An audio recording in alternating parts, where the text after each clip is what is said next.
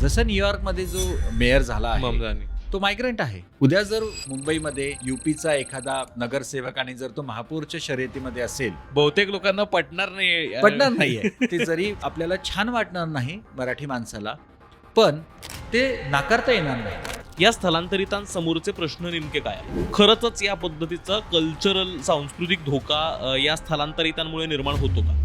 संस्कृतीवर आक्रमणं जी होतात ती स्थलांतरितांकडून होतानाचा इतिहास राहिलेला आहे. बिहारमधून कास्ट सेन्सस मधून असं दिसून आलं की जवळजवळ 1.5 करोड आउट मायग्रंट्स आहेत. बापरे. आणि युपीची संख्या त्याहून जास्त आहे, ती 2.25 करोडच्या घरात असावी. यांचं फेवरेट डेस्टिनेशन महाराष्ट्र आहे. पश्चिम महाराष्ट्राचा विकास हा विदर्भ आणि मराठवाड्याच्या अविकासावर आधारित आहे. बापरे, हे खूप मोठं स्टेटमेंट आहे. पण रोजगार नाहीये, शिक्षण नाहीये त्या दर्जाचं, त्यामुळे स्थलांतर होतंय. स्थलांतर झालेल्यानंतर शहरं त्याच्यासाठी तयार नाहीयेत. शहरी प्रशासनाकडे काही नियोजनच नाहीये त्याचं, त्यामुळे हे गुंतागुंत आता खूप वाढत आहे आणि हे वाढत राहणार नाही. तर याच्यातून इतके क्लिष्ट प्रॉब्लेम येतील की जर स्थलांतरितांची संख्या वाढली तर ते पॉलिटिकल राईट्स बद्दल बोलतील. हा जो स्थानिक आणि स्थलांतरित हा जो कॉन्फ्लिक्ट संघर्ष आपण सतत बघतोय, हा येत्या काळात कमी होईल, वाढत राहील? How do you look at? हा डेफिनेटली वाढत राहील आणि इथे महाराष्ट्रामध्ये, भारतामध्ये हा हॉट टॉपिक बनेल.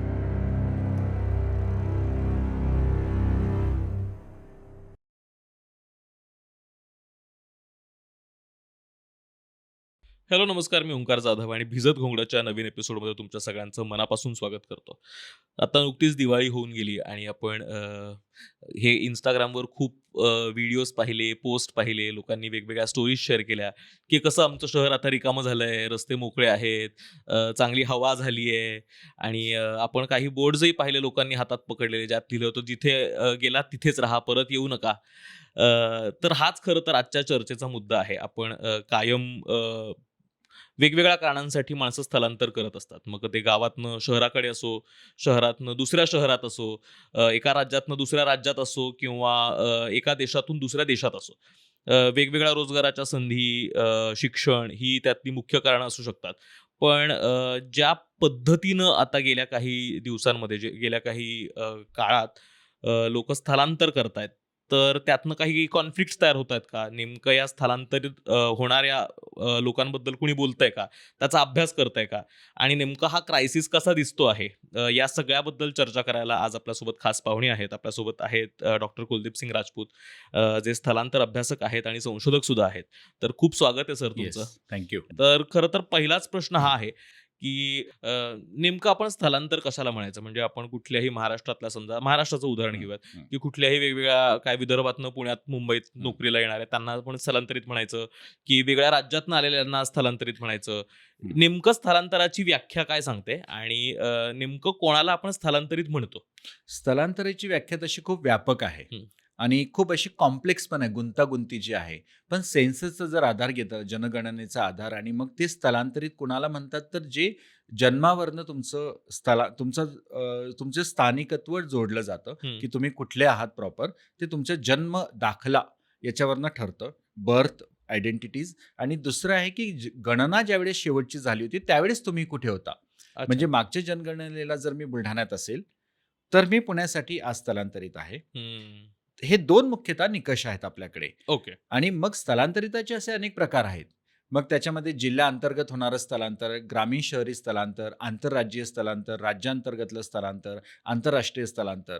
स्थलांतर ही अगदी सहज प्रक्रिया आहे. आपण स्थलांतर म्हणजे माणसाचा इतिहासच स्थलांतराचा इतिहास आहे, जो बेटरमेंटसाठी, चांगलं होण्यासाठी, जीवनमान बदलण्यासाठी, नवीन शिकण्यासाठी आणि या निसर्गाशी अधिकाधिक कसं एकरूप होता येईल त्याच्यासाठी तो स्थलांतर करत राहिलेला आहे, जी आजतागत प्रक्रिया चालू आहे. हो. आणि स्थलांतराची अर्थात शिक्षण आणि नोकरी हे समोर दिसणारी ढोबळ कारणं वाटतात. पण आणखीन काय काय कारणं असतात ज्याच्यामुळे माणसं स्थलांतर करतात? स्थलांतराच्या कारणांमध्ये मुख्यतः 2 कारणं आहेत. एक आहे जे तुम्ही बोललात की रोजगारासाठी. मग तो रोजगार मिळवण्यासाठी त्याला स्थलांतर करावं लागतं, कारण तिथे तो जिथला आहे तिथली अर्थव्यवस्था त्याला रोजगार देऊ शकत नाही. हे पहिलं कारण. दुसरं कारण आहे विवाहासाठी स्थलांतर होणं, असं सेन्सस सांगतं. खरं तर ते फार योग्य नाही आहे, पण त्याच्यामधला जो जेंडर ब्लाइंडनेस आहे तो दिसून येतो सरकारी पॉलिसीजमधला, की महिलांचं स्थलांतर हे विवाहासाठी होतं आणि पुरुषांचं स्थलांतर हे रोजगारासाठी होतं. पण महिला रोजगारासाठी सुद्धा स्थलांतर करतात, हे आपल्याकडे तसा डाटाच नाही आहे. आजच्या घडीला सुद्धा हो. आपल्याकडे तसा डाटा नाही आहे, की जर सेन्ससची आकडेवारी पाहिली तर 70% महिलांचं हो. स्थलांतर हे विवाहासाठी आहे. हो. They are not marriage migrants हम्म, ॲक्चुअली. हम्म, पण आपण त्यांना मॅरेज मायग्रंट्स पाहतो महिलांना. महिला हम्म. कामगारासाठी रोजगारासाठी सुद्धा स्थलांतर करतात हो. किंवा विवाहानंतर सुद्धा रोजगारामध्ये जातात. तर रोजगारासाठी स्थलांतर होणं हे एस्टॅब्लिश आहे. दुसरं स्थलांतरासाठी जे कारण आहे जे खूप स्पष्टपणे दिसतं ते म्हणजे शिक्षणासाठी. खूप मोठ्या प्रमाणामध्ये शिक्षणासाठी स्थलांतर करतात मुलं किंवा जे काही वयोगटातली असतील तरुणांचं मग ते अ, जिथे शिक्षणाची केंद्र आहेत तिकडे स्थलांतर होतं आणि मग ते परदेशी स्थलांतर सुद्धा खूप मोठ्या प्रमाणात आहे भारतामधून शिक्षणासाठीचं. हे दुसरं कारण आहे. तिसरं याबरोबरच एक कारण असतं ते म्हणजे शहरांचं आकर्षण. शहराचं आकर्षण हे एक मुख्य आकर्षण. कारण आहे. येस, हे एक महत्त्वाचं कारण आहे. हम्म, कारण शहरी भागामध्ये ज्या काही ग्रामीण भागातल्या प्रथा परंपरा आहेत किंवा जे एक प्राबल्य आहे रूढी प्रथा परंपरांचं ते थोडंसं शहरांमध्ये कमी आहे. हम्म, व्यक्तिवादी विचारसरणी आहे. इथे तुम्हाला कोणीही विचारत नाही तुम्ही काय करत आहात. जे ग्रामीण भागामध्ये दिसून येईल. ग्रामीण भागामध्ये आजही जातीला धरून असणारी अस्पृश्यता स्पष्टपणे दिसते. हो. प्रमाण खूप कमी झालं आहे. फिजिकल अनटचॅबिलिटी नाही आहे, पण मेंटल अनटचॅबिलिटी खूप आहे तिथे अजूनही. तशी वर्गवारी आहे समाजाची आजही. शहरांमध्ये ते तुम्ही करूच शकत नाही. हम्म, कारण शहरी व्यवस्था खूप वेगळी आहे. तर त्या जाचातून निघून जाण्यासाठी सुद्धा बऱ्याचदा लोकं शहराकडे येतात. शहरं छान वाटतात. मनोरंजनाची केंद्र शहरांमध्ये खूप जास्त आहेत. हम्म, कन्झ्युमर सोसायटी आहेत शहरं म्हणजे. खूप खरेदी करता येऊ शकतं. तुम्हाला जीवन जगण्याचा आनंद इथे मिळू शकतो भौतिकवादी दृष्टीने. हो. म्हणून सुद्धा शहराकडे येणाऱ्यांचं हे एक महत्त्वाचं कारण आहे, की फक्त रोजगार नाही, जीवन जगण्याचा आनंद पण शहरं देतात तुम्हाला. हम्म, हम्म. तर हे मुख्य कारणं भारतीय आणि जगभरामध्ये दिसून येतात. यापेक्षा फार वेगळी कारणं नाही आहेत. ओके. पण प्रश्न येतो ओघाने, की शिक्षणासाठी, रोजगारासाठी जी स्थलांतर होतं, ते स्वेच्छेनं होतं का सक्तीने होतं? हम्म, म्हणजे ती जी चर्चा आहे ती आता तिथे येऊन थांबते, हो. की हे मान्य आहे, की ठीक आहे स्थलांतर होतं. कारण शिक्षणासाठी स्थलांतर होतं. मग तो शिक्षणासाठी पुण्यात जो येतो, मुंबईला येतो, दिल्लीला जातो, चेन्नईला जातो, तो परत गावाकडे जातोय का? हम्म, शिक्षण घेऊन? ते तसं होत नाही. शिक्षणाचं रूपांतर रोजगारामध्ये होतं. स्थलांतर शिक्षणासाठी येतो, रोजगार इथे मिळवतो आणि इथेच स्थायिक होतो. हो. हां आणि मग त्याच्यातून निर्माण होणारे प्रश्न. तर हे बऱ्याचदा स्वेच्छेने होतच असं नाहीये. हम्म, हम्म. बऱ्याचदा ते सक्तीने होतं. मुख्यतः रोजगाराचा जर आपण विचार केला तर. हो, कारण तेवढ्या संधीच उपलब्ध नाहीयेत कुठे वेगवेगळ्या आहे ठिकाणी. ग्रामीण भागामध्ये संधी उपलब्ध? म्हणजे तो अर्थव्यवस्थेशी मग प्रश्न जोडला जातो, हो. की ग्रामीण अर्थव्यवस्था तेवढी सक्षम नाहीये, की तिथल्या श्रमिकाला अकोमोडेट करून घेईल, सामावून घेईल, त्याच्या क्षमतेनुसार रोजगार देऊ शकेल, जे शहरात येतात. हम्म, त्यामुळे स्वाभाविकपणे शहरांकडे यावं लागतं. नाहीतर म्हणजे जगणार कशी तुम्ही? हो.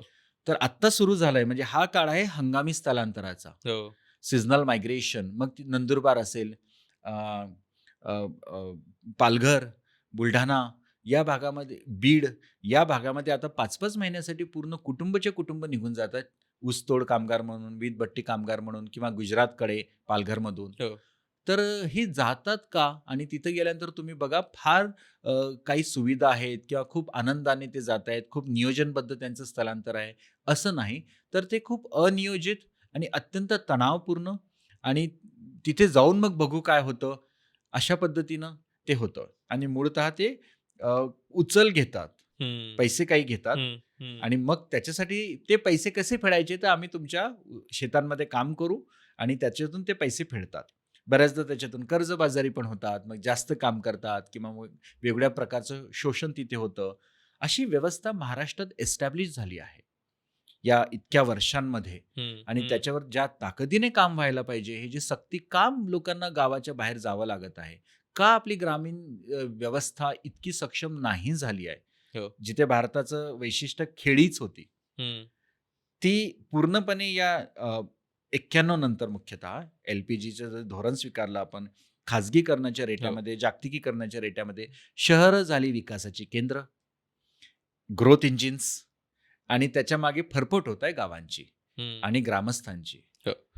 मला आता आपण काही मुद्दे डिस्कस केले. मला त्यातच थोडंसं एक डबल हं. क्लिक करत हे विचारायचं आहे, की नेमके मग हे जे स्थलांतरित आहेत, जे लोक मायग्रेट करतायत त्यांचे काय प्रश्न आहेत? म्हणजे काय प्रॉब्लेम्सना त्यांना सामोरं जावं लागतंय? काय त्यांच्या पुढे पडणारे प्रश्न आहेत? कारण त्याच्याबद्दल तर फारसं कोणी बोलत नाही. म्हणजे राईट. आपण वेगवेगळ्या कल्चर्समध्ये ही लोकं जाण्याचा प्रयत्न करतात, त्या शहरांमध्ये, त्या गावांमध्ये आणि तिथे तिथलं होऊन काम करण्याचा प्रयत्न करतात. हं, पण अर्थात तिथून एक रेझिस्टन्स आहे. हं, या स्थलांतरितांसमोरचे प्रश्न नेमके काय आहेत? हं.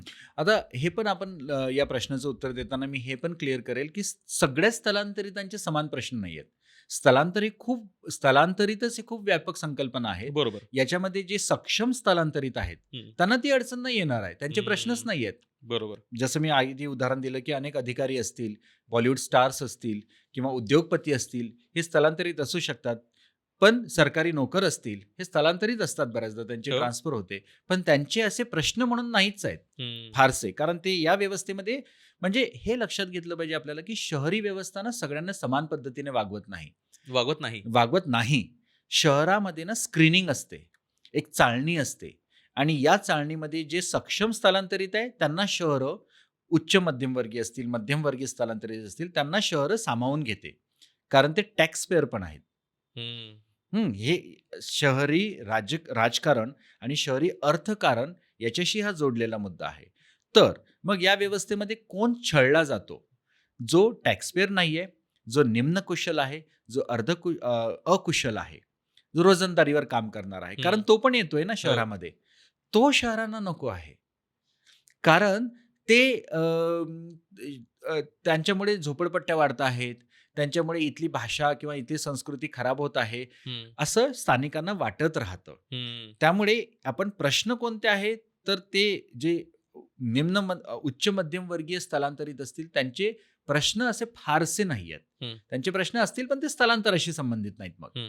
स्थलांतरितांचे प्रश्न हे सांगत असताना खूप ते कॅटेगरिकली वेगळे सांगावे लागतील, की ते अकुशल आणि अर्धकुशल स्थलांतरितांचे प्रश्न जास्त गंभीर आहेत. हं. मग त्याच्यामध्ये प्रश्न आहे तो म्हणजे रोजगाराचा. कारण हे स्थलांतरित आहेत म्हणून त्यांना सहजपणे असंघटित क्षेत्रामधला जो रोजगार असतो तो मग त्यांना कमी वेतन दिलं जातं. हं. काही वेळेला वेतनच दिलं जात नाही. हे म्हणजे त्यांचे वेतनाचे प्रश्न आहेत, रोजगाराचे प्रश्न आहेत. हं. त्यांना पुरेसं वेतन द्यावेत असे कायदे आहेत आपल्याकडे. ते इन्स्पेक्शन करणारी व्यवस्था नाहीये. हो. म्हणजे परत ते व्यवस्थेशी प्रश्न येऊन जुडतात. हा पहिला प्रश्न. दुसरा प्रश्न आहे त्यांच्या अस्मितेचा, आयडेंटिटीचा. तिथे स्थलांतरित आहेत. परत ते गरीब आहेत. त्यात मग अजून एक ॲस्पेक्ट दिसून येतो. आधी मी अस्मितेबद्दलच बोलतो. स्थलांतरित आहेत म्हणून बऱ्याचदा आता जर आंतरराज्यीय स्थलांतरित असतील, त्यांना इथली भाषा येत नाही बोलता. हो. मग ती भाषा शिकतात. सगळे शिकत नाहीत. शिकायला पाहिजे. कारण जर भाषा शिकली तर तुम्हाला ऑक्युपेशनल मोबिलिटीची संधी पण असते. पुढे जाऊ शकता त्या व्यवस्थेमध्ये. हं. पण तशी मेकॅनिझम किंवा तशा सगळ्या व्यवस्था असणे आवश्यक आहे. पण स्थलांतरितांना भाषा येत नाही. भाषा आली नाही की स्थानिकाला लगेच लक्षात येतं की हा बाहेरचा आहे. हं. मग बाहेरचा आहे तर मग तू कमी पगारावर किंवा कमी रोजंदारीवर काम कर. असा एक थोडासा ॲटिट्यूड स्वाभाविकपणे होऊन जातो. रोजगाराचा प्रश्न आहे. त्याच्यानंतर सामाजिक सुरक्षा नसते बऱ्याचदा या कामगारांना. आजही अनेक कामगार आहेत की ज्यांच्याकडे आधार कार्ड नाहीये. आम्ही काम करताना आम्हाला असं लक्षात येतं की कामगारांकडे आधार कार्डच नाही. आधार कार्ड नसेल तर त्याची आयडेंटिटी नाहीये. हो. तो इन्व्हिजिबलच आहे ना या व्यवस्थेमध्ये. हो. जर तो इन्व्हिजिबल आहे तर मग त्याला कुठेही कशाही पद्धतीने तुम्ही एक्सप्लॉइट करू शकता. म्हणजे ही व्यवस्था असेही काही तुम्हाला स्वस्त मजूर आणि कामगार उपलब्ध करून देते की ज्याचं तुम्ही पाहिजे त्या पद्धतीने शोषण करू शकता. हं. आणि हे शोषण अदृश्य राहतं, दिसत नाही. कारण ते खूपदा बऱ्याचदा गेटेड कम्युनिटीजमध्ये होतं. बांधकाम साईटवर होतं, जिथं आपण सहजपणे जात नाहीत. आपल्याला बरोबर. फक्त फ्लॅट्स दिसतात छानपैकी, टॉवर्स दिसतात. ते काम करणारे काय त्या परिस्थितीतून जातात हे आपल्याला दिसत नाही. सेक्शुअल हॅरॅसमेंट होते महिलांची, चाइल्ड अब्यूज होतो लहान मुलांचा. या गोष्टी होतात, पण ते दिसत नाहीत. त्यामुळे सामाजिक सुरक्षा, त्यांच्या अस्मितेचा प्रश्न हा खूप गंभीर प्रश्न आहेत आणि त्याबरोबर आरोग्याचे प्रश्न आहेत. म्हणजे हे एकाशी एक असे कनेक्टेड आहेत. लहान मुलांचे प्रश्न बघा ना तुम्ही. हं. राइट, हं. की आजही आपल्याकडे अशा कुठली व्यवस्था नाही, की म्हणजे फार नाहीत, काही ठिकाणी असतील, पण माझ्या पाहण्यात तर फार नाहीच आहेत, की तो मुलगा म्हणजे ती कुटुंब आता बीडचं उदाहरण घेतलं आपण, तर ते बीडमधून ऊसतोड कामगारांची मुलं आहेत. ती शाळेत कशी जातील? त्यांच्यासाठी शाळा आहेत का? ते 5-5 महिने शाळाबाह्य आहेत. शाळाबाह्य झाल्यानंतर ती परत ज्यावेळेस गावी शाळेत जातात त्यावेळेस त्यांचा ते 5 महिन्याचा सिलेबस संपलेला असतो. हो. मग त्यांच्यात ते कौशल्य, शिक्षण क्षमता विकसित होत नाहीत. ती शिक्षण क्षमता नाही म्हणजे ते लर्निंग पॉवर्टीमध्ये जात आहेत. आणि आपोआप ऑटोमॅटिकली ते ऊसतोड कामगार म्हणून काम करतात आपल्या आई-वडिलांबरोबर. म्हणजे ते चाइल्ड लेबर पण बनतायत. हं. म्हणजे ही व्यवस्था एका वेळेला खूप मोठ्या प्रमाणात स्वस्त मजुरी बनवत आहे. म्हणजे हा प्रश्न व्यवस्थात्मक जास्त आहे. हं. दिसताना तो स्थानिक आणि अ, अ, जे स्थलांतरित आहेत त्यांचा संघर्ष दिसतो. हो. ते आपण पुढे बोलणारच आहोत, हो. त्याविषयी बोलूयात. हो. पण आत्ता मात्र तो दिसताना तसं दिसतो. पण तो मूळ प्रश्न अर्थव्यवस्थेचा आहे. हं, हं. मला यातनंच हा प्रश्न पडतो, की आपल्याला खरं तर संविधानाने, आपल्या राज्यघटनेने कुठल्याही भारताच्या कुठल्याही भागात स्थलांतराची, हो, संचाराची संविधानात तरतूद दिलेली हो. आहे. आपण कुठल्याही भागात आपल्या इच्छेने जाऊ शकतो. मग हा स्थलांतराचा प्रश्न प्रॉब्लेम का होतो? हं. म्हणजे मग हा प्रॉब्लेम म्हणून का पाहिला जातो त्याच्याकडे? जर आपल्याला कुठेही भारतात राइट. संचार करण्याची आपल्याला मुभा आहे, आपण कुठेही जाऊन नोकरी करू शकतो, शिक्षण घेऊ शकतो, स्थायिक होऊ शकतो. मग हा प्रश्नच का राहतो? हं. तर मूळ कारण असं आहे, की स्थलांतरची भावना असणं हे खरं चांगली गोष्ट आहे, की ॲस्पिरेशन आहे, की त्या व्यक्तीला, त्या कुटुंबाला वाटतंय, की आपण काहीतरी चांगलं करावं. हं. त्यामुळे याच्याकडे खरं सकारात्मक दृष्टीने पाहिलं पाहिजे. पण हा प्रॉब्लेम कधी बनतो याची 2 मुख्यतः कारणं आहेत. ज्यावेळेस ते अनियोजित स्थलांतर असतं. त्यात ती कुटुंब तयारच नाहीये या प्रक्रियेसाठी आणि हं, ते लगेच असे मायग्रेट होतायत. हं. आत्ता आम्ही काम करताना आम्ही प्री मायग्रेशन ओरिएंटेशन सेशन घेतो आहोत. की कुटुंबाला अच्छा. सांगत आहोत, की तुम्ही स्थलांतरित होत आहात. 5 महिने तिथे तुम्ही वीजभट्टीवर राहणार आहात. ऊसतोड कामगार म्हणून राहणार आहात. तर तुमच्याकडे हे कार्ड असले पाहिजेत. हं, ई-श्रम कार्ड असेल, जन आरोग्य कार्ड असेल, आभा कार्ड असेल. तुमच्या वेळेला जर काही प्रॉब्लेम आला, तर तुम्ही आम्हाला या नंबरवर फोन करा.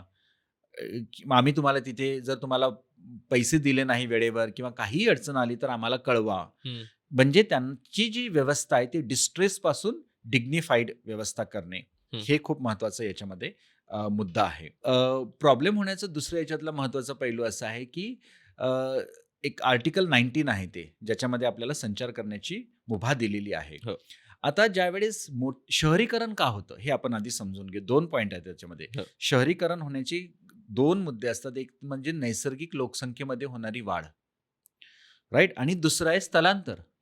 म्हणजे आज जर पुण्याची लोकसंख्या 60-65 लाख आहे, तर त्याला मुख्यतः कारण स्थलांतरित आहेत. इथे इतक्या मोठ्या प्रमाणात हे 30 वर्षामध्ये स्थलांतर झालेलं आहे, की पुण्याची लोकसंख्या वाढली आहे. हं, आता काय होतं, की प्रॉब्लेम का वाटतो आहे हा?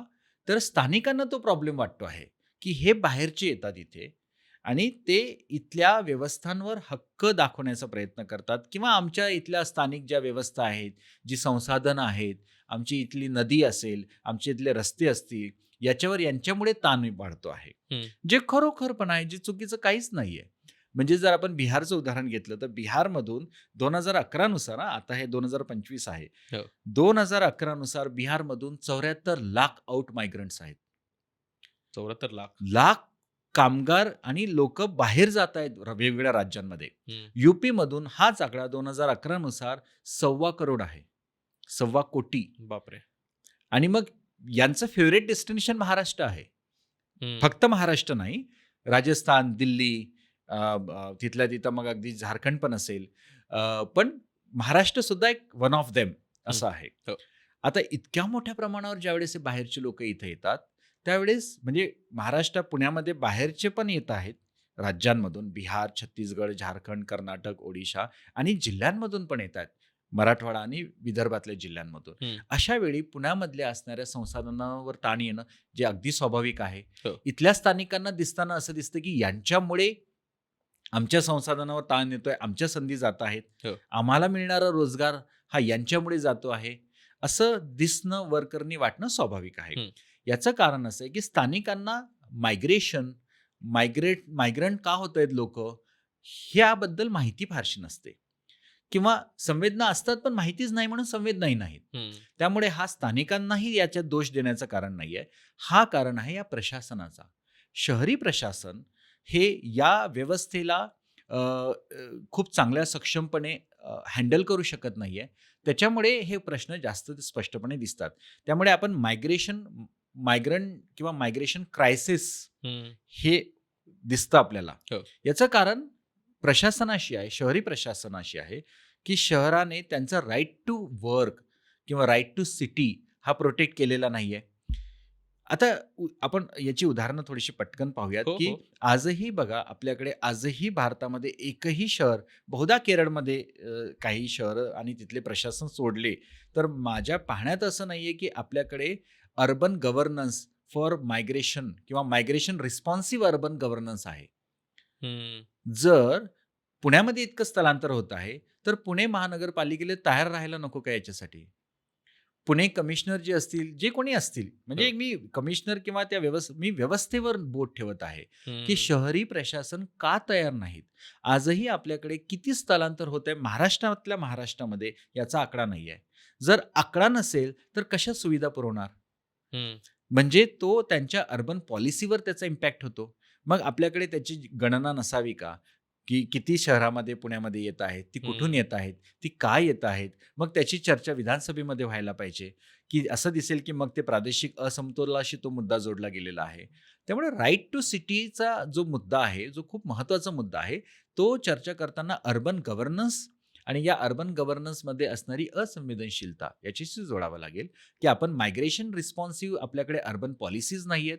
जे फॉरेनमध्ये आहे, न्यूयॉर्कमध्ये आहे ती पॉलिसी हं. आणि ती तयार आहेत त्याच्यासाठी. याचं अजून एक उदाहरण म्हणजे केरळ.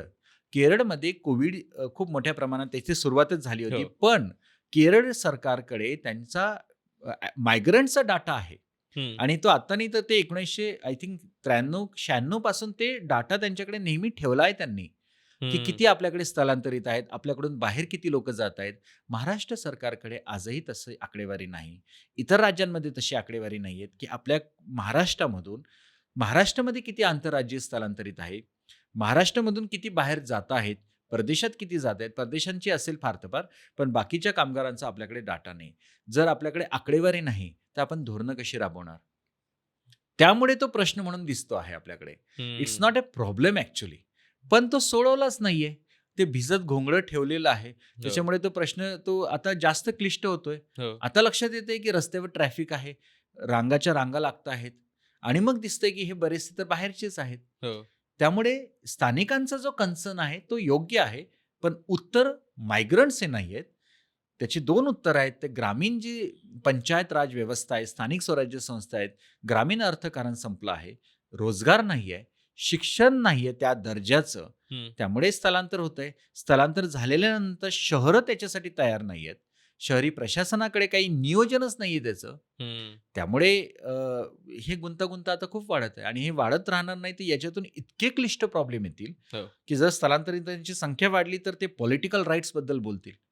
हो. जे मागे आत्ता मुंबईमध्ये झालं, हो. की जर यूपी आणि नॉर्थ इंडियनची संख्या जास्त असेल तर मग आपला महापौर होऊ शकतो. हो. कॅल्क्युलेशन तसे होऊ शकतात हो. आणि मग त्याच्यातून तो गुंता कसा आपण सोडवणार?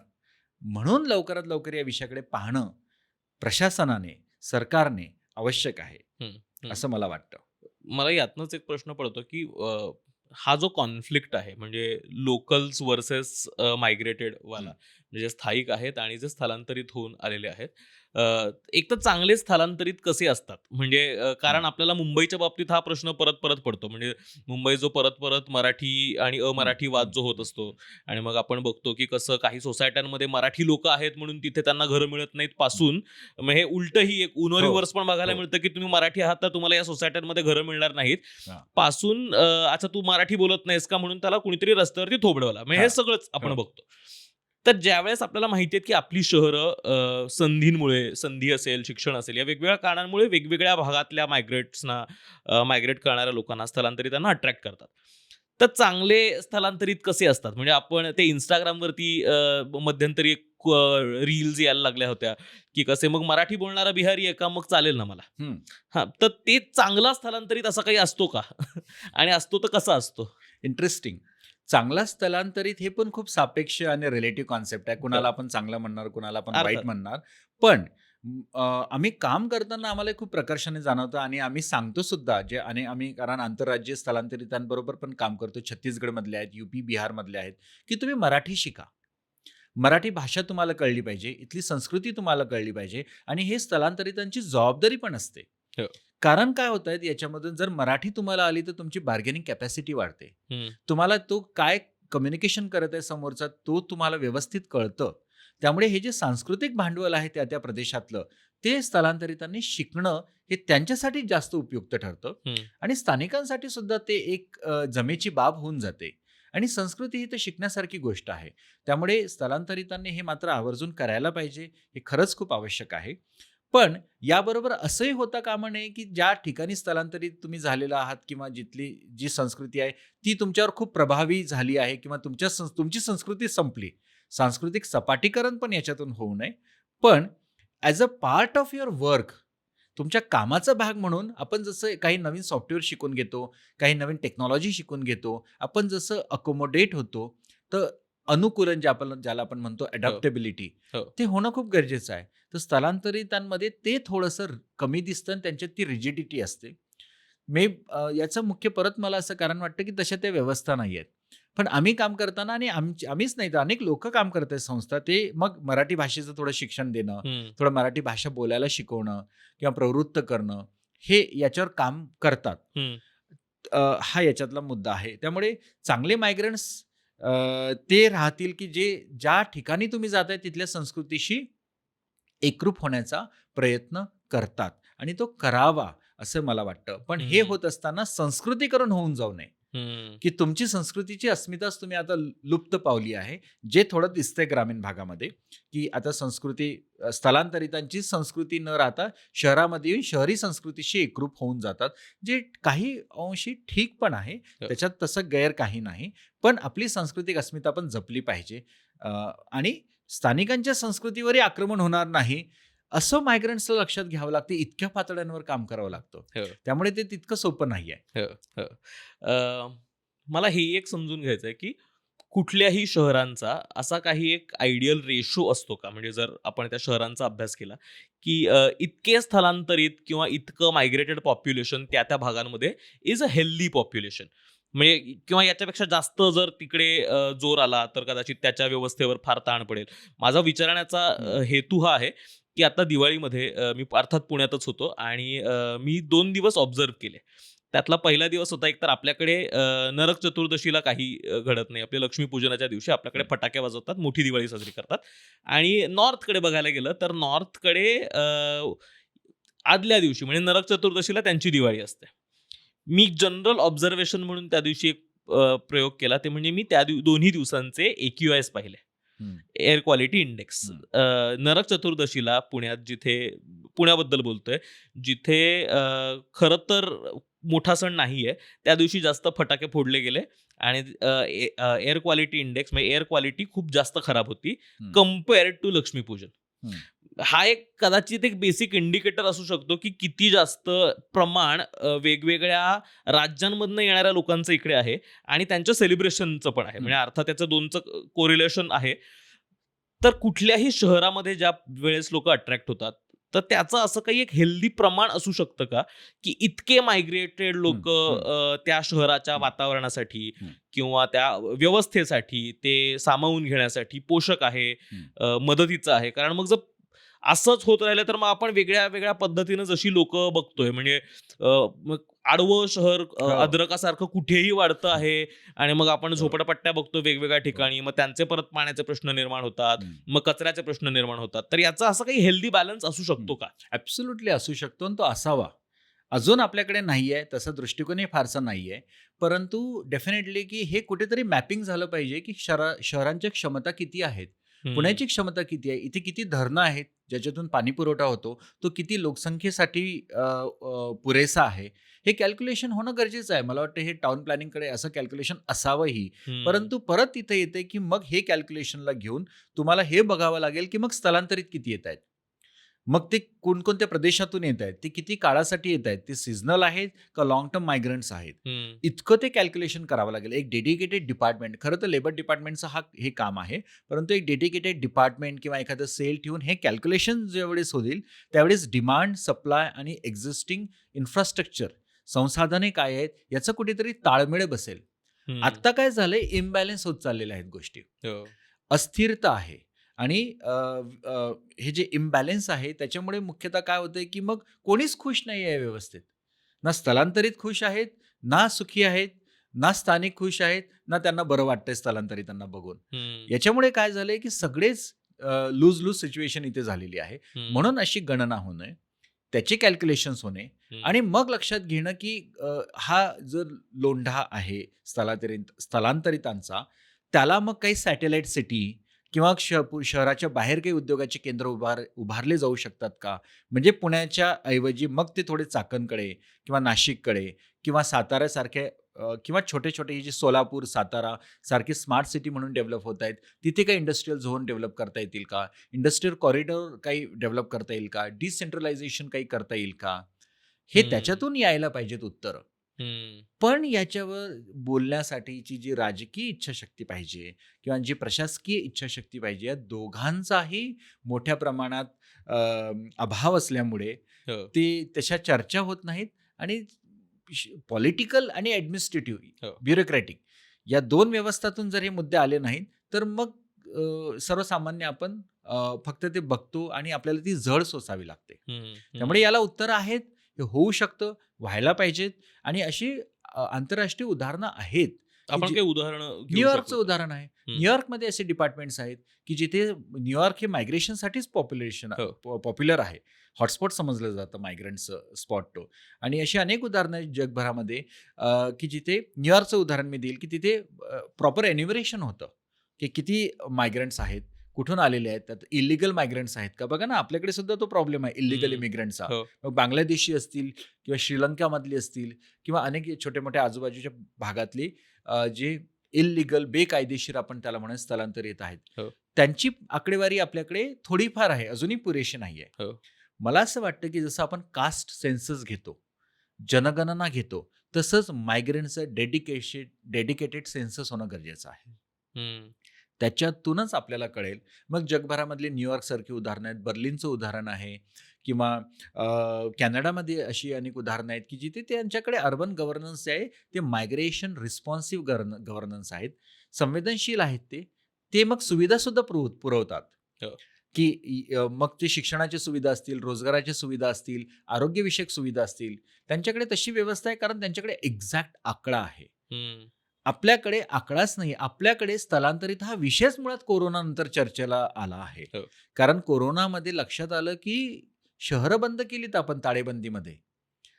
पण लक्षात आलं, की अरे आपण तर मायग्रंट्स लेबरचा विचारच केला नाही. हो, मग हे मायग्रंट ज्यावेळेस रस्त्यावर चालू लागलेत, त्यावेळेस दिसू लागलेत. वाहनं बंद, मग हे रस्त्यावर चालता काही अनेकांची मृत्यू झालेत. अनेक प्रकार त्यावेळेस हो, झालेले आहेत. त्यावेळेस लक्षात आलं, की भारतामध्ये मायग्रंट्स नावाचा एक प्रकार आहे. मग सुप्रीम कोर्टने सांगितलं, की यांची आकडेवारी आहे का? सेंट्रल गव्हर्नमेंट म्हणाला, आमच्याकडे आकडेवारी नाही. मग सुप्रीम कोर्टने सांगितलं, की मोजा किती लोक आहेत. मग त्याच्यातून आलं ई-श्रम पोर्टल. हम्म, आणि मग आता आपल्याकडे थोडंफार आकडेवारी आहे, की साधारणतः किती लोकं आपल्याकडे असावेत. अजूनही आपल्याकडे मायग्रंट्स किती आहेत याबद्दलची आकडेवारी नाही. म्हणजे खूप छोटा मुद्दा आहे, पण खूप इम्पॅक्टफुल आहे, की तुम्हाला लोकच माहीत नाहीत किती आहेत. तर हो, तुम्ही धोरणं कशी आखणार? त्यामुळे तुम्ही जो म्हणताय, की असं मॅपिंग पॉसिबल आहे का? ॲब्सोल्युटली तसं पॉसिबल आहे. नव्हे ते करायलाच पाहिजे, की एक्झिस्टिंग आपल्याकडे किती क्षमता आहे आणि आपण किती लोकांना सामावून घेऊ शकतो. हे कुठेतरी अंदाज याचा यायला पाहिजे. ते जर आला नाही, तर हे खूप विस्कळीत, खूप त्रासदायक आणि संघर्षामध्ये होऊ शकतं. हम्म, म्हणजे जे सिव्हिल वॉर्स वगैरे व्हायचे, हो. अगदी तिथपर्यंत जाणार नाही अर्थातच, परंतु द्वेष, त्याच्यातनं होणारे भांडणं आणि त्याच्यातून एक पॉलिटिकल ॲस्पेक्ट त्याला डेफिनेटली येत्या ते काळामध्ये आपण येईल. बघतोच आहे तो आणि आहेच. ते आणि तो काय राजकारणाचा आणि निवडणुकींचा एक महत्वाचा मुद्दा आहेच आहे. म्हणजे आवडीचा मुद्दा. आवडीचा मुद्दा आहे. मुंबईच्या बाबतीत तर ते खूपच खरं हो, आहे. म्हणजे हो. आता महानगरपालिकेचे इलेक्शन्स येतील. आपण बघूच तो परत एकदा मुद्दा चर्चेला येताना. मला याचबद्दल थोडंसं पुढे हायलाइट करत हे विचारायचं आहे, की जसं हे आपल्या काय राज्यांमध्ये, शहरांमध्ये देशांतर्गत या पद्धतीचा मायग्रेशनचा मानसिकतेतला एक जो कॉन्फ्लिक्ट आपण बघतोय, तसाच तो फक्त इथेच नाही, तो जगभरात आहे. म्हणजे हं. इव्हन मोठ्या-मोठ्या आंतरराष्ट्रीय नेत्यांनी सुद्धा ही वक्तव्य केली की आपल्याकडे मायग्रंट्स वेलकम आहेत, पण ते लेबर म्हणून किंवा वर्कर म्हणून, सिटिझन्स म्हणून नाही. सिटिझन म्हणून नाही. तर ही जी मानसिकता आहे ना, आणि ते अर्थात की कुठल्याही भागातनं तुम्ही आलात तर तुम्ही इथे या, काम करा आणि पण तुम्ही इथले नाही आहात हे विसरू नका. हं. या मानसिकतेबद्दल आपण बोलू शकतो का?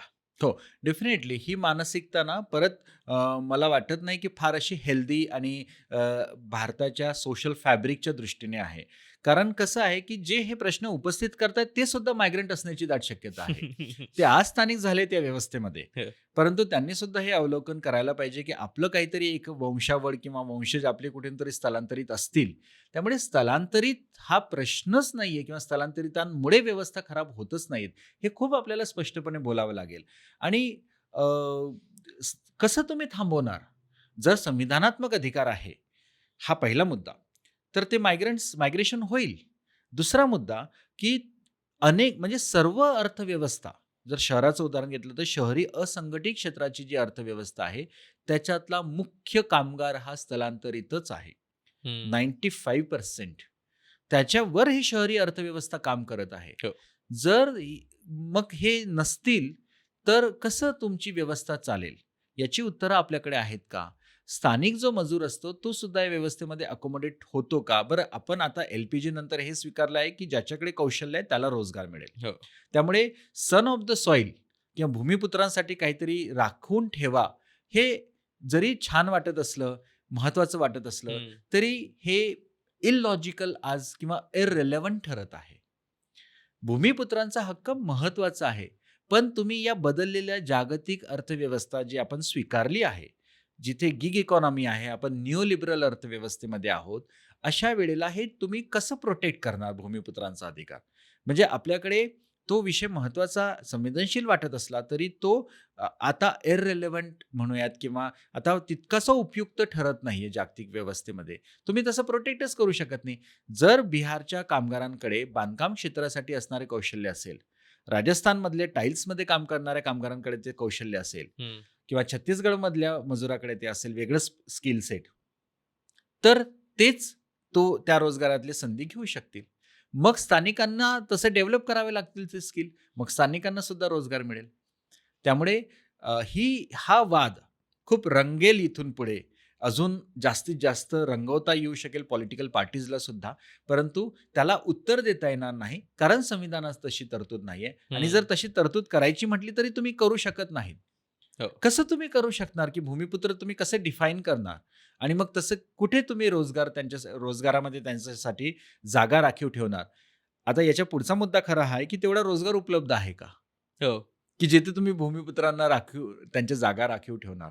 हो. हे खूप याला काय होतं, की ही चर्चा करणारे तरुण किंवा जी लोकं चर्चा करतात त्यांना हे ॲस्पेक्टच माहिती नाहीयेत. हं. प्रायव्हेटायझेशनमध्ये तुम्ही you cannot protect anything. Social जस्टिसच्या प्रिन्सिपलमध्ये हे फारसं बसणार नाही, की भूमिपुत्रांच्या अधिकारचं संरक्षण करावं. पण फार ताकदीने ते खूप मोठ्या प्रमाणात करता येईल असं वाटत नाही. असं वाटत नाही. करताच येऊ शकणार नाही. ॲब्सोल्युटली. त्यामुळे उद्या जर राजकीय अधिकार सुद्धा, उद्या जर मुंबईमध्ये यूपीचा एखादा नगरसेवक आणि जर तो महापौरच्या शर्यतीमध्ये असेल, तर त्याला ते जरी आपल्याला छान वाटणार नाही मराठी माणसाला, पण ते नाकारता येणार नाही. हं. कसं नाकाराल तुम्ही? कारण ते संविधानात्मक तरतूद आहे तशी. जसं न्यूयॉर्कमध्ये जो मेयर झाला आहे, ममदानी. येस, तो मायग्रंट आहे. हो. तसंच त्याच धर्तीवर जर उद्या मुंबईमध्ये तसं झालं किंवा पुण्यामध्ये तसं झालं, पुण्यामध्ये आहेत ना, नगरसेवक बघा त्या भागातले आहेत ना, जे स्थानिक जे बहुतेक मायग्रंट आहेत. लोकांना पटणार नाहीये. पटणार नाहीये. पटणार नाही. तेच मी म्हणतोय, की हे आपल्याला छान नाही वाटणार. अरे, कारण हे असं कसं होऊ शकतं? पण जर ते कॅल्क्युलेशन नंबर्सवर असेल आणि जर ते तिथले स्थानिक झालेले असतील, तर त्याच्यातून उद्या राजकीय महत्त्वाकांक्षा वाढल्यात. कारण ते तिथपर्यंत थांबत नाही ना माणूस. राजकीय ॲस्पिरेशन्स असतात आणि त्याच्यातून जर उद्या महापौर झाला किंवा महत्त्वाच्या पदावर गेलं, तर आपल्याला ते फार वाईट वाटून न घेता आपल्याला ते समजून घेतलं पाहिजे, की व्यवस्थेने तयार केलेले प्रश्न आहेत. हं, हं. बापरे! म्हणजे म्हणजे हो. मान्य न करता येण्यासारखं चित्र आहे. पण आपल्याकडे म्हणजे उदाहरण आहे न्यूयॉर्कचं आता. म्हणजे म्हणून मला असं वाटतं, की आपण तयार राहिलं पाहिजे. हे धोका पण आहे. हा धोका पण आहे आणि हे खूप संमिश्र आहे. हा धोका पण आहे आणि हे ॲक्सेप्टही करावं लागेल. म्हणजे आपल्याला तयार व्हावं लागेल प्रशासनाच्या दृष्टीने, राज्यसंस्थेला तयार व्हावं लागेल. अर्थात ते इतकं सहज होणार नाही. महाराष्ट्रामध्ये, मुंबईमध्ये हे होणार नाहीये. पण न्यूमेरिकल जर स्ट्रेंथ असेल, स्थलांतरित जी युपीमध्ये आहे, म्हणजे युपीच्या मायग्रंटची तेवढी मुंबईत आहे. हो. तर मग उद्या त्यातला जर सक्षम जो मायग्रंट आहे, हे हे पॉलिटिकल राईट्सबद्दल कोण बोलतं? जे सक्षम आहेत, हो. आर्थिकदृष्ट्या, हं. राजकीयदृष्ट्या. आपला जो संवेदनशीलतेचा मुद्दा आहे, तो त्या स्थलांतरितांबद्दल आहे, जे परगावावर आहेत, हं. जे कामगार आहेत, जे कुठेतरी ऊसतोड काम करतात म्हणून त्यांच्यासाठी. पण याच्यातला जो सक्षम वर्ग आहे, त्याने जर हे प्रश्न उपस्थित केले, तर त्याला आपल्याला थांबवता येणार नाही. हं. तो तिथे उद्या प्रातिनिधिक स्वरूपामध्ये त्यांचं चेहरा म्हणून समोर येईल. हो. मुंबईच्या बाबतीतच डिस्कस करतोय आपण, तर मला हेही विचारायचं आहे, की हा जो काही स्थलांतरितांचा खूप मोठा गट ज्यावेळेस तयार होतो कुठल्याही शहरामध्ये, मग खास करून मुंबईच्या बाबतीत बोलतोय तर त्या स्थानिक तिथल्या लोकल कल्चरला धोका निर्माण होऊ शकतो. कारण मुंबईत आपण ते बघतो ना, म्हणजे आपल्याला हं, मुंबईत हं, हा सतत काय यूपी, बिहार व्हर्सेस मराठी हा एक कॉन्फ्लिक्ट आपण बघतो. हं. आणि शिवसेना वगैरे सारखे पक्ष त्याच कॉन्फ्लिक्टवरती आपण मोठे होताना पाहिलेत. हो, इव्हन ते लुंगी उठाव पुंगी बजाव पासूनचं जे हो. कॅम्पेन चाललं, तर ह्या कॉन्फ्लिक्ट्सवरतीच मुंबईचं राजकारण हं. कायमच बांधलं गेलेलं आहे. तर ज्या पद्धतीनं हे सगळे राजकीय पक्ष दाखवतात, की हा खरं तर धोका हं. निर्माण होतो आणि धोका आहे. खरंच या पद्धतीचा कल्चरल सांस्कृतिक धोका या स्थलांतरितांमुळे निर्माण होतो का? स्थलांतरितांमुळे संस्कृती धोक्यात येते का? हा नेहमीचा एक आवडीचा विषय अनेक विचारवंतांचा चर्चांमधला राहिलेला आहे. याचे परत 2 ॲस्पेक्ट्स आहेत. एक तर सांस्कृतिक जे आपण काय म्हणूयात त्याला सर्क्युलेशन आहे किंवा संस्कृती चं व्यापक होणे हा जो प्रकार म्हणतो, त्याच्यामध्ये स्थलांतरितांचं नेहमीच योगदान राहिलेलं आहे, की संस्कृती व्यापक होत चाललेली आहे. त्याच्यामुळे सांस्कृतिक धोका आहे का? तर त्या ॲस्पेक्टने नाही. कारण अ, इतकी स्थलांतरितांची संख्या झाली तर तो धोका होऊ शकतो. जे मुंबईच्या बाबतीत आपण मुंबईच्या बघतोय. बाबतीत काही प्रमाणात होऊ शकते. पण मग ती मुंबईची संस्कृती आहे ना. हं. मुंबईची संस्कृती ही स्थलांतरितांची संस्कृती म्हणून मग ती जर एस्टॅब्लिश होत असेल, तर मग तिथे स्थलांतरित महत्त्वपूर्ण भूमिका बजावतील आणि स्वाभाविकपणे मग ती संस्कृती चं आपण काय म्हणूयात, की घुसडण होते, संस्कृती परत थोडीशी व्यापक होते, वाढत जाते. आता हे खूप सापेक्ष आहे खरं तर त्याला आपण व्यापक म्हणायचं का सांस्कृतिक ते कमी होत चालली आहे संस्कृती असं म्हणायचं. त्याला डायल्युशन म्हणायचं, की त्याला एक्झॅक्टली. डायल्यूशन म्हणायचं का काय म्हणायचं हे शब्द शोधावा लागेल त्याच्यासाठी आपल्याला. पण संस्कृतीवर आक्रमणं जी होतात, ती स्थलांतरितांकडून होतानाचा इतिहास राहिलेला आहे. हं. आणि ती फक्त आक्रमणं होत नाहीत ना, ही सांस्कृतिक आक्रमणं असतात, अर्थव्यवस्थेवरची आक्रमणं असतात, तिथल्या रोजगारांवरची आक्रमणं असतात. हो. हा ऐतिहासिक संदर्भ आहे. पण आपण त्याला आक्रमण आता न पाहता कसं पाहणार? आपण ते हे आक्रमण नाही आता. आक्रमण न पाहता मला असं वाटतं, की त्यांना कसं सामावून घेता येईल त्या शहरी व्यवस्थांमध्ये हे पाहिलं पाहिजे. आणि जर ती संस्कृती खाद्यसंस्कृती असेल, पोशाखाची संस्कृती असेल, कामासंदर्भातली कार्यसंस्कृती असेल, तर ती त्या शहरासाठी कदाचित फलदायी ठरू शकते. ती हं. प्रकार्यात्मक असू शकते.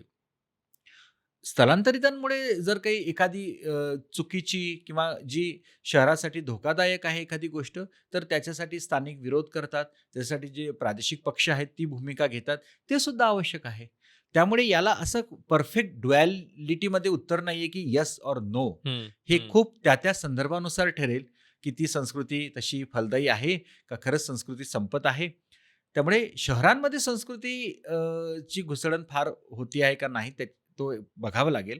पण ग्रामीण भागामध्ये मात्र ते खूप स्पष्टपणे दिसतंय, की शहरी संस्कृती मात्र प्रस्थापित होताना दिसत आहे. हं. हं. आणि रुरल अर्बनिझमच शब्द वापरलाय त्याला, की ग्रामीण संस्कृतीची जागा शहरी संस्कृतीने घेणे, सांस्कृतिक मूल्यांनी घेणे आणि सांस्कृतिक वेगवेगळ्या आंतरक्रिया शहरी सारख्या होत जाताना दिसणं. तर ही संस्कृतीकरणाची प्रक्रिया आहे. ज्याला जे वाटतं, की आपल्यापेक्षा हे बेटर आहेत, हो. ती तिथे एस्टॅब्लिश होत जातं. हो, हो. मग हे प्रश्न सोडवायचे कसे? म्हणजे जर याच्या सोल्युशन्स पार्टकडे आपण बघायला गेलो, तर याच्यासाठीचे सोल्युशन्स काय असू शकतात? म्हणजे अर्थात तुम्ही ते एक जे मॅपिंगचं सांगितलं, की यांची आकडेवारीच मुळात आपल्याकडे नाही. हं. आपल्याकडे आकडेच नाहीत, की नेमके किती स्थलांतर होणारे आहेत आणि मग त्याच्यानुसार धोरणं आखता येतील वगैरे, वगैरे. पण मग सोल्युशन जर आपल्याला बघायचं म्हटलं आणि मग ते वेगवेगळ्या टप्प्यात आणि हं, आपण ते सगळंच डिस्कस करूयात. म्हणजे हं. जर ग्रामीण पातळीवरचे सोल्युशन असतील, शहर पातळीवरचे सोल्युशन असतील, काय पद्धतीनं या सगळ्याचा अप्रोच असायला हवा? ओके. आता याच्यात बघा संस्कृतीचा आपण पहिला मुद्दा घेतला होता, की संस्कृती धोक्यात येते का? का संस्कृती विकसित होत जाते, हे परत सापेक्ष आहे. परंतु हे प्रश्न निर्माण झालेत याचं मूळ कारण आपल्याला समजून घेतलं पाहिजे आणि ते आहे अर्थव्यवस्थेमध्ये. हं. ज्या अशा अर्थव्यवस्थेमध्ये ज्यामध्ये प्रादेशिक विषमता विकसित होते. सोशिओलॉजीमध्ये आम्ही डिस्कस करताना कोर आणि डिपेंडन्सी असे 2 कॉन्सेप्ट वापरले जातात, की कोरमध्ये असे प्रदेश आहेत जे खूप विकसित झालेले आहेत आणि त्या प्रदेशामध्ये मुख्यतः संसाधने असतात आणि मनुष्यबळ वेगवेगळ्या भागातून त्या प्रदेशाकडे येतं. हं. ज्या भागातून येतं ते आहेत परिघावरचे प्रदेश. मग महाराष्ट्राचा विचार केला तर परिघावर कोण आहेत? तर आहे पश्चिम विदर्भ, मराठवाडा आणि खानदेशचा काही भाग असेल, ज्याच्यातून खूप मोठ्या प्रमाणात इथे लोकं येतात. रोजगार असेल, शिक्षण असेल किंवा अन्य कारणांमुळे उद्योगासाठी. तर याला सोल्युशन हे एकमेव सोल्युशन आहे. ते म्हणजे प्रादेशिक असमतोल हे लवकरात लवकर ध्यानात घेतलं पाहिजे आणि त्याच्यावर काम केलं पाहिजे. जर विदर्भामध्ये रोजगार असतील, पश्चिम विदर्भामध्ये त्यातल्या त्यात जर रोजगार असेल, तर का तिथला मजूर इथे येईल? हं. का बीडमधल्या इतक्या मोठ्या प्रमाणामध्ये ऊसतोड कामगार काम करतात? तिथे रोजगारच नाहीये. तिथे शेती संपलेली आहे, फार विकसित झालेली नाही म्हणजे विदर्भ, मराठवाड्याबद्दल मी बोलतोय. हो. इंडस्ट्रीज नाहीत, एम-आय-डी-सी नाहीत. तिथे होऊ शकत नाहीत का? होऊ शकतात. राजकीय इच्छाशक्ती नाहीये किंवा या भागातले जे राजकीय नेते आहेत तेवढी त्यांची विधानसभेमध्ये छाप पडत नाही किंवा तेवढी त्यांची ताकद नाही आहे कलेक्टिव्हली, की आपले प्रश्न आपल्याकडे इंडस्ट्री घेऊन यावेत. काही अपवाद अर्थात याला सोडले तर. मुख्यतः बऱ्याचदा विदर्भातले आमदार, खासदार ही माहिती पण नसतात. इतके परिघावर आहेत म्हणजे मजूर परिघावर नाही, नेते परिघावर आहेत हे पण बोलतो आहे. नेते परिघावर असतील तर तुम्ही सर्वसामान्य व्यक्ती कुठे आहे विचार करा तुम्ही. हो. त्यामुळे या प्रश्नाला उत्तर असं आहे, की महाराष्ट्रापुरतं विदर्भ, मराठवाडा इथे उत्तम शिक्षण आणा. शिक्षणाचं तिथे केंद्र स्थापन करा. 16 विद्यापीठं पुण्यात आहेत. स्वाभाविक आहे मुलं इथेच येतील. हो. तिथे संत गाडगेबाबा अमरावती विद्यापीठ बघा तुम्ही 5 जिल्हे मिळून एकच विद्यापीठ आहे. इथे 13 ते 15-16 विद्यापीठं एका शहरामध्ये आहेत. मुंबईमध्ये ही संख्या 22 आहे. तर मग मुलांना पर्यायच नाहीये उच्च शिक्षणासाठी शहरांकडे येण्याचा. जर यातली काही केंद्र तिथे निर्माण झाली किंवा तिथे चांगली केंद्र निर्माण झाली, हं. तर डिसेंट्रलायझेशन जर झालं तर शिक्षणासाठी इथे येणारच नाहीत मुलं. तिथे त्यांना रोजगार मिळाला, तर रोजगारासाठी इथे येणार नाही. इतकं फक्त 2 पॉइंट्सवर जर सरकारने आणि शासनाने ठरवलं काम करायचं, तरी खूप मोठ्या प्रमाणामध्ये स्थलांतर आपोआप कमी होईल. हो. स्थलांतर कमी झाल्यावर शहरांवर येणारा जो भार आहे तो कमी होईल. हं. त्याच्यातून स्थानिकांचा सुद्धा एक सकारात्मक दृष्टिकोन तयार होईल, की जरा बरं वाटतंय आता संख्या कमी झाली आहे. असा तो मुद्दा आहे. त्याच्यामुळे याच्यावर कामच करावं लागेल. अक्षरशः तुम्ही बघा आता मी जे 3 तुम्हाला पॉकेट सांगितले नंदुरबार, पालघर, बुलढाणा, हो. गावाच्या गावं रिकामे होऊन जात आहेत आणि भयंकर त्रासदायकही आहे ही प्रक्रिया. शहरी लोकांना हे पैलू ऐकलेले असतात, पण तितक्या ताकदीने ते माहिती नसतात. कारण शहरी एका विशिष्ट वातावरणामध्ये त्यांना हे दिसत नसतील बऱ्याचशा गोष्टी. त्याच्यामुळे त्यांना स्थानिकांवर स्थलांतरितांवर रोष किंवा राग असतो, जो स्वाभाविक आहे. स्थानिकांना जर म्हणजे हा पहिला मुद्दा, हो. की आपल्याला अर्थव्यवस्थेवर काम करावं लागेल आणि ही जी शोषणकारी, छळणारी अर्थव्यवस्था आहे, त्याला सर्वसमावेशक कसं बनवता येईल. तर हे पॉसिबल आहे आणि ते करावं लागेल. ते त्या ताकदीने होत नाहीत. उदाहरण परत मग जर आता भारताबद्दल घेतलं तर हो. बिहारमधून कास्ट सेन्ससमधून असं दिसून आलं, की जवळ-जवळ 1.5 करोड आउट मायग्रंट्स आहेत. बापरे! 1.5 करोड म्हणजे मुंबईची लोकसंख्या आहे. तेवढी फक्त बिहारमधून स्थलांतर करणाऱ्यांची लोकसंख्या आहे, जे भारतभर आहेत आणि यूपीची संख्या त्याहून जास्त आहे. ती 2.25 करोडच्या घरात असावी. अजून एक्झॅक्ट आकडेवारी आपल्याकडे नाही. इतक्या मोठ्या प्रमाणावर हे जर बाहेर जात आहेत, तर कुठेतरी यूपी, बिहार या राज्यांमध्ये विकास होणं हे गरजेचं आहे. जे आत्ताच्या बिहारच्या इलेक्शनमध्ये सुद्धा महत्त्वाचा मुद्दा होता, की हो. बिहारमध्ये रोजगार वाढवला पाहिजे. तर अर्थव्यवस्था सक्षम होणं, सर्वसमावेशक होणं हे पहिलं उत्तर आहे, जे मूलभूत उत्तर आहे. हं. हे झाल्यावर आपोआप सगळे प्रश्न मिटतील. पण मग मला याच्यात धोका असा वाटतो किंवा मला याच्यात असं एक कनिंगनेस वाटतो, की हे आता काही सुचलेलं उत्तर आहे का? हो. किंवा मला तुम्हाला सुचलेलं उत्तर तर निश्चित नाही. अनेक छान एक्सपर्ट्स आहेत, स्कॉलर्स आहेत ज्यांना हे उत्तर सुचलं असावं.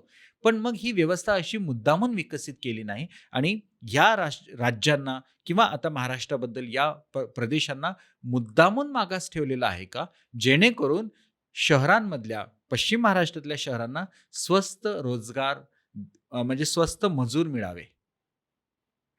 गेटिंग माय पॉइंट. जर हं. इथली इंडस्ट्री कशी टिकेल, म्हणजे पश्चिम महाराष्ट्राचा विकास हा विदर्भ आणि मराठवाड्याच्या अविकासावर आधारित आहे. बापरे! हे खूप अस मोठं स्टेटमेंट आहे पण. हां, म्हणजे असं काही झालं असावं आणि मुद्दामून हे अविकसित राहिलेत यांना ठेवलं परिघावर, जेणेकरून स्वस्त मजूर आपल्याला मिळेल, संसाधनं मिळतील आणि मग ही शहरं ताकदीनं पश्चिम महाराष्ट्रातली या महाराष्ट्राच्या अर्थकारणामध्ये, राजकारणामध्ये मुख्य प्रवाही बनतील. आणि मग बजेटमधनं येणारा पैसा असेल किंवा वेगळा निधी असेल, तो मुख्यतः पश्चिम महाराष्ट्रामध्येच कसा राहील, याच्यासाठी राजकीय प्रयत्न झाले आहेत ना. हं, म्हणजे झाले असावेत निश्चित. म्हणून तर हे प्रादेशिक विषमता दिसून येते. हं. बिहार, यूपी हे का विकसित झाले नाहीत इतक्या वर्षांमध्ये? कारण ते विकसित झालेत, तर मग दिल्ली कशी चालेल? बाकीचे उद्योग कसे चालतील? तर तो मजूर तिथेच तो राहिला पाहिजे, ही गरज असते. त्या मजुराचा जर विकास झाला, तर मग मजूर कुठे भेटेल? मग आमची कामं कोण करतील? म्हणून ही व्यवस्था अशीच ठेवणं हे गरजेचं होऊन जातं. त्या राजकीय व्यवस्थेसाठी आणि ते त्या पद्धतीचीच धोरणं आखतात. ज्याच्यामध्ये एक थोडासा हिपोक्रॅटिक, थोडा एक छळवादी दृष्टिकोन, छळवादी नाही, कनिंगनेस आपण ज्याला म्हणतो, तो असावा आणि तो असतो. हं. याच्यावर अभ्यासकांनी डिपेंडन्सी आणि कोर असे सिद्धांत मांडलेले आहेत. डिपेंडन्सी थिअरी, की डिपेंडंट जाणीवपूर्वक ठेवलं जातं. जसं शिक्षक विद्यार्थ्यांना आपल्यावर डिपेंडंट ठेवतो. शिक्षकाला बरं वाटतं ना, की हा सर म्हणतोय माझ्यावर डिपेंडंट आहे. असं तसंच आहे इथे सुद्धा, की विदर्भ आणि मराठवाडा सारखे प्रदेश हे इतक्या वर्षात महाराष्ट्र स्वतंत्र म्हणजे महाराष्ट्राचं अस्तित्व असल्यापासून विकसित का झाले नाहीत? ताकदीने विकसित झाले नाहीत. काय कमी आहे यांच्याकडे? कमी नाहीये. दृष्टिकोन नाहीये तसा आणि त्यांना विकासाच्या मुख्य प्रवाहात येऊच द्यायचं नाहीये. हं. असं वाटायला आता जरा जास्त स्पेस होत आहे. इंटरेस्टिंग आर्ग्युमेंट वाटते खरं तर मला ही. आणि जर आपण काही उदाहरणं पण बघायला गेली तर आपण जेवढ्या जोमानं दुसरी मुंबई, तिसरी मुंबई, हो, चौथी मुंबई हो. आणायचा प्रयत्न करतो, तेवढं जोमानं कदाचित विदर्भात रोजगार निर्माण होतो का, असे प्रश्न पडतात. म्हणजे ॲब्सोल्युटली. मला आठवतंय की 2 लोकसभा इलेक्शन्स पूर्वी मिहान येणं अपेक्षित होतं. ते कुठे आपण हां, अजूनही माहीत नाही. हां. तर ते इंटरेस्टिंग आहे. म्हणजे हा स्पेक्युलेशन सुद्धा इंटरेस्टिंग आहे. मग आता जर ज्यावेळेस आपण स्थलांतराकडे बघायचंय, तर काय अर्थानं पाहिलं पाहिजे? म्हणजे शहरातल्या माणसांनी सुद्धा जिथे ज्यांना असं वाटतंय, की आपल्याकडे सतत वेगवेगळ्या भागातले लोंढे येतायत आणि हं, ते कसं आपलं संस्कृती आता काहीतरी बाटवण्याचा प्रयत्न हं, करतायत हं, आणि मग तेच येतील, ते इथले स्थायिक होऊन जातील, अशी त्यांना भीती वाटते. हं. मग अशा वेळेस शहरातल्या माणसांनी सुद्धा या स्थलांतरितांकडे कसं पाहायला पाहिजे? आणि जे स्थलांतरित सुद्धा वेगवेगळ्या भागातनं वेगवेगळ्या शहरात कुठल्याही कारणासाठी स्थलांतर करतायत, त्यांनी सुद्धा काय अप्रोच असायला हवा? मला असं वाटतं याचे 2-3 ॲस्पेक्ट आपण पाहू शकतो. एक तर स्थानिकांचा जर ॲस्पेक्ट असेल, तर स्थानिकांनी ना थोडं संवेदनशीलपणे बघायला पाहिजे. टीका करणं, ब्लेम गेम आणि सगळे प्रश्न हे स्थलांतरितांमुळे आहेत, हाच समज चुकीचा आहे. स्थलांतरितांमुळे नाहीत, तर स्थानिक म्हणजे शहरांचे जे प्रश्न दिसतात, हे प्रशासनाच्या अकार्यक्षमतेमुळे आणि समावेशक नसल्यामुळे प्रश्न आहेत. त्यामुळे स्थलांतरित हे त्याला कारण नाही. पण स्थलांतरितांना टार्गेट करणं सोपं जातं. त्यातल्या त्या म्हणजे जो खालच्या स्तरावर आहे आर्थिकदृष्ट्या, तो कारण तुम्हाला काही प्रत्युत्तर देऊ शकत नाही, त्याची तेवढी क्षमता नाही, म्हणून त्याला टार्गेट करणं सोपं जातं. परंतु स्थलांतरितांनी कुठल्याही प्रदेशातल्या स्थलांतरित व्यक्तीने संवेदनशीलपणे हे समजून घेतलं पाहिजे, की हे हे या व्यवस्थेची बळी आहेत. तर थोडं संवेदनशीलपणे आणि थोडं त्यांच्याकडे अजून सहकार्याच्या भावनेने पाहणं, हे स्थानिकांची भूमिका राहिली पाहिजे. हं, पण त्याच वेळेला मी हे पण म्हणेल, की स्थलांतरितांनी सुद्धा हे लक्षात घेतलं पाहिजे, की म्हणजे हे रेसिप्रोकल रिलेशनशिप आहे. देवाण संबंध असतात. हो. जिथे जे दावे सुरू होतात आणि प्रभुत्व सुरू होतो, तिथे संघर्ष सुरू होतो. आणि हे खूप जरा आयडिओलॉजिकल आणि खूप पेपरवरचं वाटत असेल, की देवाण संबंध असायला पाहिजेत. पण हे वस्तुस्थितीमध्ये निर्माण करावे लागतील आपल्याला, की स्थानिकांना थोडं संवेदनशीलपणे त्यांच्याकडे बघायला शिकवणं आणि स्थलांतरितांना स्थानिक संस्कृतीचं आदर राखणे आणि त्याचबरोबर इथल्या असणाऱ्या व्यवस्थेशी कधी जास्तीत जास्त कसं आपण सामावून घेतले जाऊ याच्यासाठी विशेष प्रयत्न करणे. कारण असं पण नाही की सगळे स्थलांतरित अत्यंत अगदी हो. नम्र असतात आणि तुम्ही जो मगाशी शब्द वापरला योग्य असतात किंवा चांगले असतात. इथे स्थलांतरित आहेत.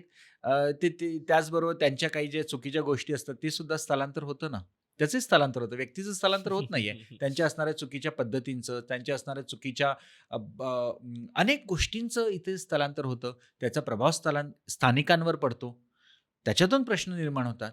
तर स्थलांतरितांनी सुद्धा कुठेतरी हे थोडं ध्यानात घ्यावं लागेल. आता ते ते ध्यानात घेणार नाहीत ना स्थलांतरित ना स्थानिक. त्यासाठी काही स्वयंसेवी संस्थांनी समोर येऊन ओरिएंटेशन केलं, हा विषय अधिकाधिक चर्चेला मांडणं, प्रश्न समजून घेणं, त्याचे आयाम समजून घेणं आणि सगळे मिळून एक काहीतरी त्याला होलिस्टिक पर्स्पेक्टिव्हने बघून उत्तरं काढणं हे गरजेचं आहे. आणि तसंच भारताचं सेक्युलर फॅब्रिक आहे हं. किंवा सोशल फॅब्रिक आहे, जे सामावून पण घेतं, इथले पण बनवून घेतं आणि त्याच वेळेला सांस्कृतिक अस्मितासुद्धा जोपासता आपल्याला येऊ शकतात.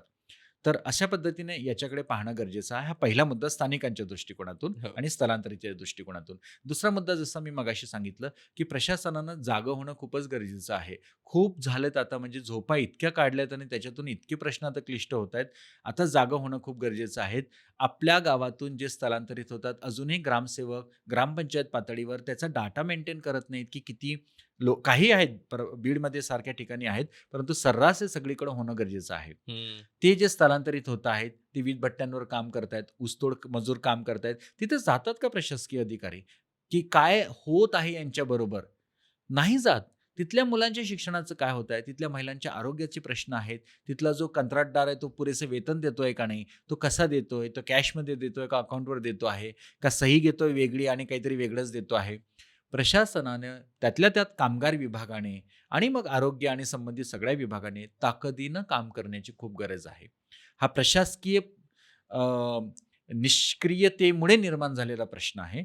त्याला प्रशासकीय क्रियाशीलतेने सोडवण्याची जास्त गरज आहे. हं. हा दुसरा मुद्दा आहे. आणि तिसरा जो मुद्दा आहे तो म्हणजे की आपण शेवटी ही एक व्यवस्था समजून घेऊ की स्थलांतरित हे प्रॉब्लेम नाही आहेत. त्याच्यामुळे रेमिटन्स किती मोठ्या प्रमाणात निर्माण होतं. पैशाची उलाढाल होती आहे. हं. ग्रामीण भागामध्ये किती मोठ्या प्रमाणात पैसा जातो आहे. आंतरराष्ट्रीय स्थलांतरितांमुळे भारतामध्ये किती किती मोठ्या मोठ्या प्रमाणात पैसा येतो. ज्याला आपण रेमिटन्स असं म्हणतो. हो. सो डायस्पोरा जसं अं, शह आंतरराष्ट्रीय पातळीचा विचार करताना आपण म्हणतो की डायस्पोरा त्याचा आपण मान राखतो. तसंच हा जो स्थलांतरित कामगार आहे, जो निम्न वर्गातून येतो, त्याचा सुद्धा मान राखणं गरजेचं आहे. मला असं वाटतं की हे हे त्याचे खूप दीर्घकालीन अशी उत्तरं आहेत. हे पटकन होणार नाही. पण हळू-हळू, हळूहळू चर्चांमधून, प्रश्नांमधून याला आपण वाचा फोडू शकतो. हं, हं. अगदी शेवटचा प्रश्न की हा जो स्थानिक आणि स्थलांतरित हा जो कॉन्फ्लिक्ट संघर्ष आपण सतत बघतोय, हा येत्या काळात कमी होईल, वाढत राहील? How do you look at it? हा डेफिनेटली वाढत राहील. कारण हा खूप छान आणि पॉलिटिकल इंटरेस्टचा पॉइंट बनणार आहे त्या काळामध्ये. जो न्यूयॉर्कमध्ये बनला होता, जो अमेरिकेच्या राष्ट्राध्यक्षाच्या इलेक्शनच्या वेळेस मायग्रेशन पॉलिसी आम्ही इथल्या इमिग्रंट्सला बाहेर काढू आणि स्थानिकांना रोजगार देऊ. जो मागा हो. आय थिंक जी मूव्हमेंट होती ट्रम्पची, ती किती पॉप्युलर झाली. मायग्रेशन हाच त्याच्यातला कोर पार्ट होता. आपण त्यांच्याकडून खूप लवकर त्या गोष्टी शिकणार आहोत आणि इथे महाराष्ट्रामध्ये, भारतामध्ये हा हॉट टॉपिक बनेल. कारण कारण तेच आहे परत, की व्यवस्था कोलॅप्स होतात. इथे मेट्रो तुम्ही कितीही आणा, फुलच आहेत. कितीही मेट्रो तुम्ही चालवा, कितीही तुम्ही उड्डाणपुलं बनवा, ट्रॅफिकचे प्रॉब्लेम नाही सॉल्व्ह होत आहेत. कारण या शहराची क्षमता कधीच संपली आहे. ही शहरं ओव्हरफ्लो झालेली आहेत. ओसंडून वाहत आहेत. हे थांबवण्याची गरज आहे. पण हे न थांबवता जर याला व्होट बँक म्हणून जर तुम्ही स्थानिकांना एकत्र करू शकलात आणि त्या आधारावर जर मतं मिळवता आलीत, तर it's better than the best. त्यामुळे पॉलिटिसायझेशन ऑफ मायग्रंट्स हे सहजपणे केलं जाईल आधी आणि मग मे बी येत्या काळात ते प्रश्न सॉल्व्ह होतील. पण त्याचा आधी राजकीय किती फायदा करून घेता येईल, त्याच्यातून काही सत्ता मिळेल का? हा कुठलीही राजकीय मला वाटतं पक्ष काम करत असतात. प्रादेशिक पक्ष चा थोडासा जो मुख्य कोर पार्ट आहे, गाभा घटक हाच स्थानिक आणि बाहेरचे यांच्या अस्मितेच्या केंद्रित आहेत. त्यामुळे कुठलीही पॉलिटिकल पार्टीसुद्धा मुख्यतः प्रादेशिक पक्ष याचं राजकारण करतील असं मला वाटतं. त्यामुळे हा प्रश्न येत्या काळात ना खूप मोठा संघर्षाचं रूप घेणार आहे आणि त्याला जर राजकीय पैलू आला तर तो खूप व्यापक प्रमाणात होईल असं मला वाटतं आहे. होऊ नये तसं, पण होण्याची शक्यता जगभराच्या इतिहासातून दिसत आहे, की त्याचं राजकारणीकरण स्थानिकांचं करून आणि स्थलांतरितांचं करून वोट बँक निश्चित होईल, की हं. बघा स्थलांतरित येतायत म्हणून आम्हाला मतं द्या, आम्ही तुमच्या हक्कांचं संरक्षण करू. असं जर उद्या एखादा नगरसेवक म्हणत असेल, तर त्याला तर मग सहज वोट मिळतील ना. ते एकच मुद्दा पुरेसा आहे. भीती दाखवा. भीती खरंच आहे का बघावं लागेल, विश्लेषण करावं लागेल. पण भीती दाखवून मतं मिळवणं हे सोपं जातं.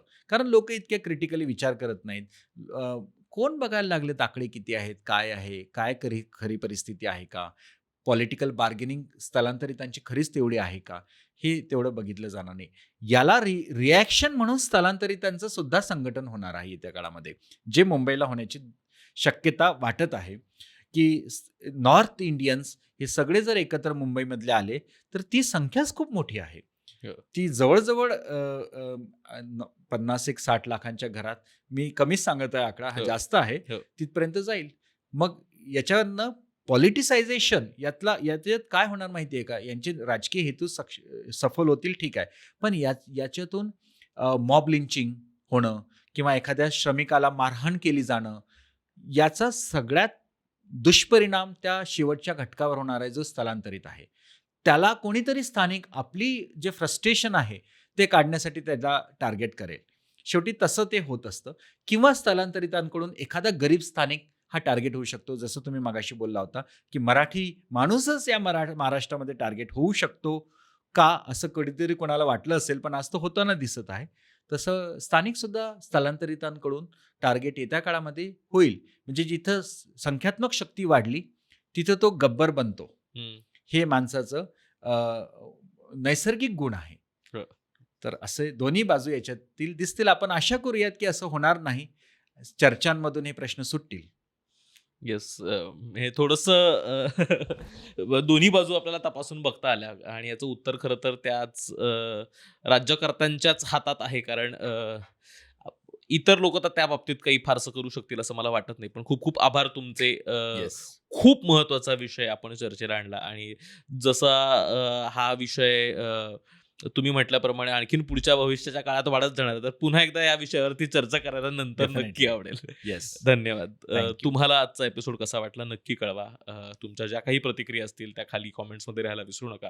नागरिकशास्त्रामध्ये आपण आपल्या रोजच्या आयुष्यासाठी महत्त्वाचे असलेले सगळे विषय जे आपल्याला एक सामान्य नागरिक म्हणून, एक जबाबदार नागरिक म्हणून ज्या माहीत असायला हवे, असे सगळे विषय चर्चेला आणण्याचा प्रयत्न करतो. धन्यवाद.